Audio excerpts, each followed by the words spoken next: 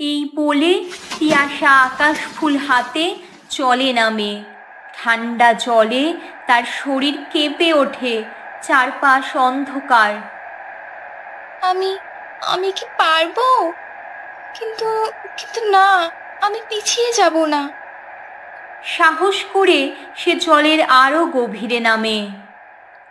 জলজ রাজ্য যেন এক রূপকথার স্বপ্ন। রঙিন প্রবাল, হীরের মতো জলের বুদবুদ।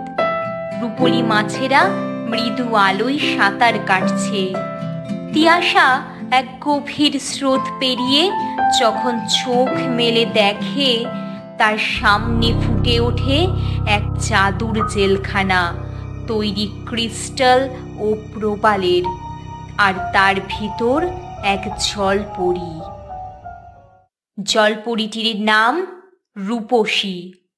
তার চুল ঢেউ খেলানো, গায়ের রং রূপোর মতো দীপ্ত, কিন্তু চোখে ভয়।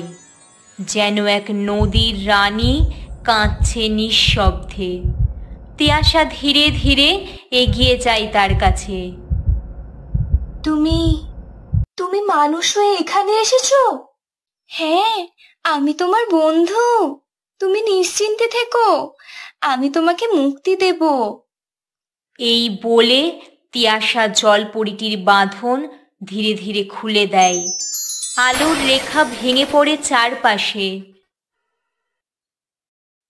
আমি জলপরীদের রক্ষা করতে। ঘোড়ান্দ ঘোড়ান্দ আমায় বন্দি করেছিল, যাতে যাতে এই রূপনাথ পাথরের সন্ধান কেউ না পায়। তুমি সাহস দেখিয়েছো, চলো চলো, তোমাকে আমি পথ দেখাই। এই বলে রূপসী ও তিয়াসা একসাথে সাঁতার কাটতে কাটতে পৌঁছায় এক গভীর গুহায়। গুহাটির দেয়াল ছিল জলজ পাথরে ঢাকা, যার গায়ে রূপালী শৈবালের মতো কিছু আলোর রেখা টিমটিম করছিল। এক জায়গায় এসে তিয়াসা বুঝতে পারে এইটাই হলো সেই গুহা যেখানে লুকিয়ে রাখা আছে রূপনাথ পাথর। গুহার মাঝখানে ছিল এক আশ্চর্য জায়গা। সেই জায়গায় ছিল এক উঁচু পাথরের স্তম্ভ। সেখানকার পাথরের স্তরের ঠিক মাথায় ধীরে ধীরে ঘুরতে থাকা এক পাথর রূপনাথ। তার শরীর দিয়ে রং খেলে যায় নীল, সবুজ, সোনালি। তিয়াসা দেখে পাথরটিকে, কিন্তু এগোতে ভয় পায়। আমার কি সত্যি সাহস আছে রূপনাথ পাথরটিকে ছোঁয়ার? হ্যাঁ, অবশ্যই। পাথর তো সাহস খোঁজে, আর আর তুমিই তো সেই সাহস নিজেই। তুমি শুধু এগিয়ে যাও। তিয়াসা তখন ধীরে ধীরে পাথরটির কাছে যায়। তার আকাশ ফুল জ্বলজ্বল করে ওঠে এবং এক মুহূর্তেই সে পাথরটিকে ছুঁয়ে ফেলে। এক ঝলক আলো চারিদিকে ছড়িয়ে পড়ে। পুরো গুহা যেন কেঁপে ওঠে। জলের নিচে থাকা সমস্ত রং খেলে যেতে থাকে পাথরের আলোয়। মুহূর্তেই গুহার ছাদে তৈরি হয় এক জলদ্বার। সেই পথ দিয়েই তারা উঠে আসে জলের উপর। ডাঙায় উঠে তিয়াসা তার নতুন বন্ধু রূপসীকে বিদায় জানিয়ে নীলডানার সাথে আসে আলোকপুরের সীমান্তে। আলোকপুরে চারপাশ তখনও অন্ধকার। হাওয়া থমকে গেছে, পাখিরা চুপ, পরীরা ডানা গুটিয়ে বসে।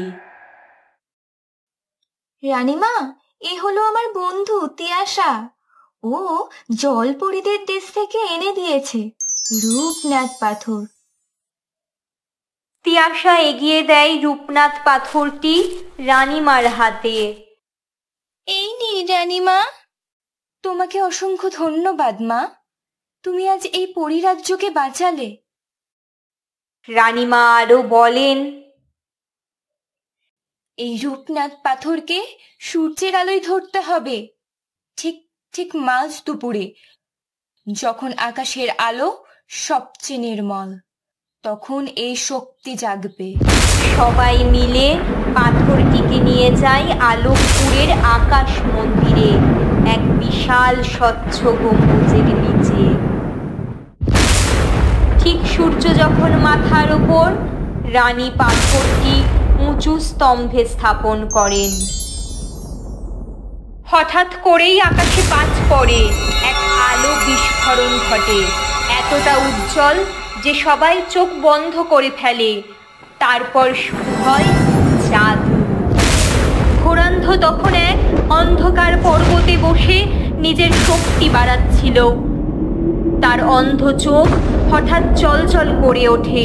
সে বোঝে রূপনাথ পাথর সক্রিয় হয়েছে। সে গর্জে ওঠে,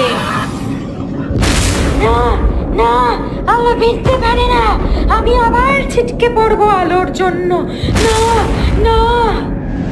কিন্তু দেরি হয়ে গেছে। আলো পুড়ে আলো ছড়িয়ে পড়ে। সেই আলো ছুঁয়ে যায় ঘোড়ান্ধর অন্ধকার বৃত্তকেও। একে একে ভেঙে পড়ে তার তৈরি ছায়ার দেয়াল। সে নিজেই ঢুকে পড়ে এক আলোর ঝড়ের ভিতরে। সে আর্তনাদ করে, এই আলো, এই রং, এই গান কেন আমাকে পুড়িয়ে দিচ্ছে, কেন? ঘোড়ান্ধর দেহ ধীরে ধীরে গলে যায় আলোয়। সে চিৎকার করে মাটিতে পড়ে যায়, কিন্তু এক সময় তার কণ্ঠ থেমে যায় এবং শেষে কুয়াশার ভেতর সে মিলিয়ে যায়। কেউ জানে না সে সত্যিই মরে গেছে, নাকি অন্য কোনো অন্ধকার কোণে লুকিয়ে আছে ফেরার অপেক্ষায়। আলোকপুরে অনেক দিন পর আলো ফিরেছে। পরীরা আবার ডানা মেলে উঠছে। আকাশ আবার রঙিন হয়েছে। মেঘ কানে ভাসছে আর সূর্য হাসছে। তিয়াশার চোখ জল জল করছে। সে দাঁড়িয়ে আছে নীল ডানার পাশে। রানীমা এসে বলেন, তিয়াশা, তুমি শুধু সাহসী নও, তুমি হৃদয়ে রক্ষা করতে।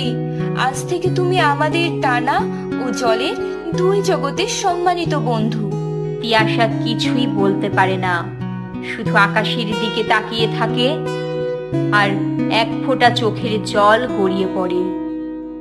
কিন্তু সে জানে এ কান্না কষ্টের নয়, বরং আনন্দের। গল্পটি কেমন হয়েছে তোমরা কমেন্ট বক্সে অবশ্যই জানাবে। আর এই রকমই আরও গল্প শুনতে চ্যানেলটি সাবস্ক্রাইব করে পাশের বেল আইকনটা প্রেস করে দিয়ে আমাদের পাশে থাকবে। ধন্যবাদ।